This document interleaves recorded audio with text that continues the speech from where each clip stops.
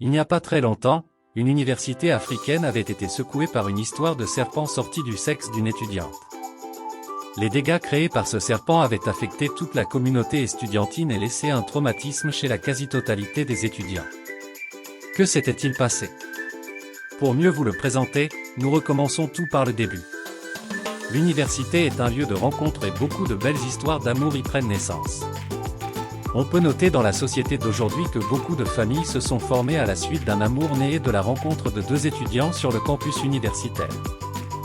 L'université, c'est aussi le lieu où beaucoup de jeunes se livrent à des pratiques ou à des modes de vie peu recommandables. Kameni et Ouamen étaient deux jeunes étudiants brillants qui avaient décidé de profiter au maximum des avantages qu'ils avaient à l'université. En effet, malgré leur situation précaire d'étudiants, ceux-ci vivaient maritalement avec des étudiantes. Ces étudiantes étaient pour eux avant tout une source d'alimentation. Ils les recrutaient surtout en première année et pouvaient les exploiter financièrement et sexuellement avant qu'elles ne deviennent sages. En effet, les étudiantes de première année étaient pour la plupart fraîchement sorties du nid familial et dans leur première année à vivre seules en cité universitaire. Elles étaient donc peu préparées au piège des prédateurs et étaient faciles à amadouer et à exploiter. En 2002, Kameni et Ouamen étaient tombés sur Maïmouna et Kadjatou, deux copines plutôt assez friquées. Elles avaient aménagé dans le bâtiment où les deux hommes aimaient aller chasser. Kameni s'était mis avec Maïmouna et Ouamen avec Kadjatou. Ils avaient vite noté que les deux filles allaient régulièrement dans la ville voisine rencontrer des sugar daddy. C'était cela l'origine de leurs revenus. Ceci ne dérangeait aucunement les deux jeunes hommes qui étaient plutôt contents d'assurer le statut de titulaire sans dépenser les moindres sous. Les filles les prenaient en charge sur tous les plans et c'était le bonheur absolu pour Kameni et Ouamen. Quelques années plus tard, alors que Ouamen et Kameni étaient à finaliser leur travail de recherche, Maïmouna et Kadjatou leur annoncèrent qu'elles avaient besoin de s'absenter pour un mois. Il faut rappeler que pour rejoindre la ville qui abritait l'université, il fallait traverser un fleuve, sur un vieux pont hérité de la période coloniale. Le pont était vétuste et limitait les déplacements des riverains. Cette année-là, le gouvernement venait de construire un nouveau pont, pour faciliter la vie des étudiants. C'était un pont moderne avec plusieurs voies. Ce nouveau pont faisait la joie des riverains et constituait le principal sujet des discussions. Les élections étaient prévues cette même année-là et le gouvernement avait décidé d'utiliser le pont pour mener la campagne électorale. Des hauts cadres de l'administration avaient donc été dépêchés dans la ville pour préparer la cérémonie d'inauguration du pont, qui devait être présidée par le Premier ministre en personne. Maïmouna et Kadjatou avaient rapidement été abordés par certaines des hauts cadres de l'État qui étaient dans la ville pour préparer le déplacement du Premier ministre. Elles avaient vite accepté les avances. Il est vrai que ces messieurs étaient déjà d'un certain âge mais ils avaient beaucoup d'argent. Ils les couvraient d'argent sans retenue et les deux filles étaient contentes d'avoir déniché de bons clients. C'est pour se consacrer à ces vieux messieurs que les deux étudiantes devaient s'absenter pour un mois. Elles avaient mis l'âge avancé de ces hommes de l'avant pour rassurer Kameni et Ouamen sur le fait qu'elles devaient juste soutirer le maximum de fric et revenir les retrouver. Après un petit séjour de quelques jours à l'hôtel dans la ville, les nouveaux compagnons de Maïmouna et Kadjatou leur avaient proposé de s'installer dans la grande ville voisine, où il y avait plus de casinos et de lieux pour s'amuser. Pour remercier les deux filles, ils avaient fait un gros dépôt d'argent dans leur compte d'épargne. Le séjour dans la grande ville voisine avait été plutôt intense. Maïmouna et Kadjatou avaient été soumises à des pratiques sexuelles plutôt spéciales. Dans certains milieux on qualifiait ces pratiques de porte-à-portie. Elles étaient toutefois très contentes de l'argent accumulé dans leur compte. À un jour de l'arrivée du Premier ministre pour l'inauguration du pont, Maïmouna, Kadjatou et leurs compagnons retournèrent dans la ville qui abritait l'université. L'inauguration fut un grand succès. Après le départ du Premier ministre pour la capitale, la petite ville retrouva petit à petit son rythme normal. Avant de quitter la ville, le compagnon de circonstance de Maïmouna avec lequel elle venait de passer un mois intense lui avait dit « Tu es vraiment spécial et je suis tellement content de t'avoir connu et d'être avec toi. Tu as conquis mon cœur. Je te donne 25 millions si tu acceptes de maintenir la relation avec moi. Aussi j'aimerais tellement passer la dernière nuit dans ta chambre, si tu n'as pas honte que tes voisins étudiants nous voient ensemble. » Maïmouna ne pouvait refuser une telle offre. Elle prit l'argent et emmena le vieux monsieur dans sa chambre d'étudiant. Pendant leur dernier ébat avant le départ du monsieur, celui-ci lui demanda si elle pouvait accepter de lui rester fidèle. Dans l'euphorie de l'argent reçu, Maïmouna répondit par l'affirmative.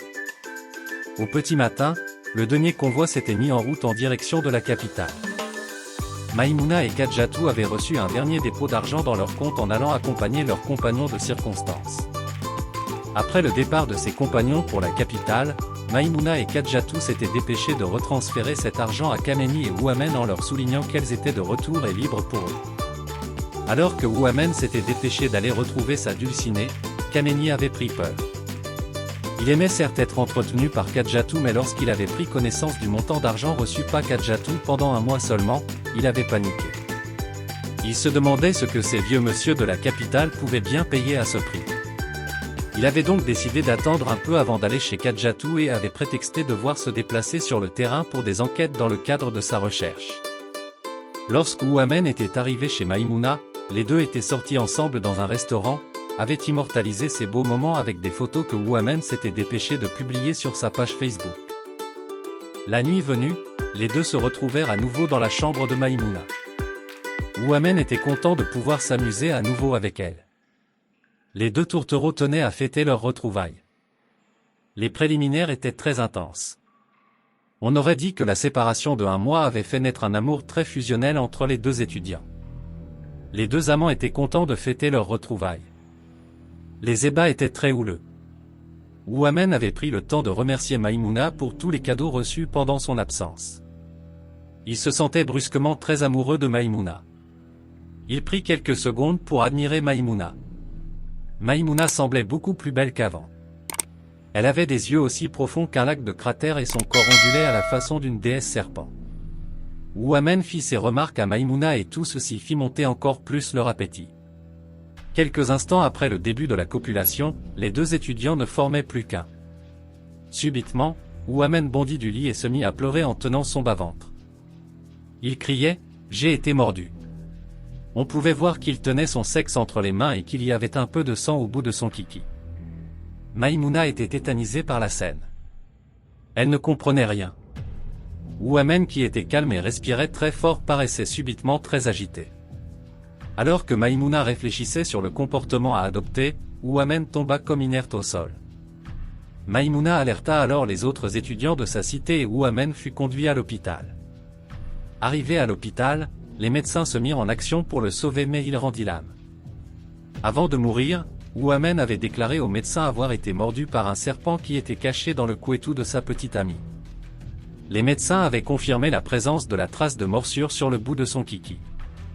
Maïmouna s'était précipitée chez un gynécologue qui, après l'avoir examiné, n'avait rien vu de spécial dans son sexe ou couetou. Pourtant, avant l'enterrement de Ouamen, ses parents avaient été informés par des voyants de leur village que Maïmouna était sortie avec un ritualiste à qui elle avait promis fidélité. Et pour marquer son territoire, ce ritualiste avait placé un serpent dans le sexe de Maïmouna. Le ritualiste avait profité de la dernière nuit pour placer le serpent dans son couetou et Maïmouna, en disant oui à la fidélité, avait validé l'introduction de ce serpent. Ouamen, en allant s'aventurer dans ce terrain qui était désormais privé, avait reçu la sentence du ritualiste. Kameni, en apprenant la nouvelle du décès de son ami, avait béni Dieu et tous les esprits qui l'avaient poussé à vouloir attendre un peu avant de rencontrer Kadiatou. D'ailleurs, avec le sort arrivé à Ouamen, Kameni avait finalement mis fin à sa relation avec Kadiatou et refusé de la revoir. Cette histoire est encore racontée dans le campus où le débat persiste. Certains étudiants affirment que Ouamen avait été victime du serpent du sexe. C'est-à-dire le serpent placé dans le couetou de Maïmouna. D'autres étudiants cependant affirment qu'il avait été victime du sexe du serpent. C'est-à-dire que le ritualiste avait transformé Maïmouna en serpent et Ouamen, en allant dans le couetou du serpent, était mort. Pour les enseignants diplômés en Occident, Ouamen avait probablement été victime de la rupture d'une veine ou d'un arrêt cardiaque. Au-delà de tout, cette histoire devrait faire réfléchir les jeunes sur le fait de se laisser entretenir par leurs copines, d'envoyer leurs copines vers des sugar daddy, ou de mener une vie de débauche. Cette histoire a été adaptée pour protéger les gens ayant été témoins. J'attends tes commentaires et surtout like, partage et abonne-toi pour faire grandir la chaîne.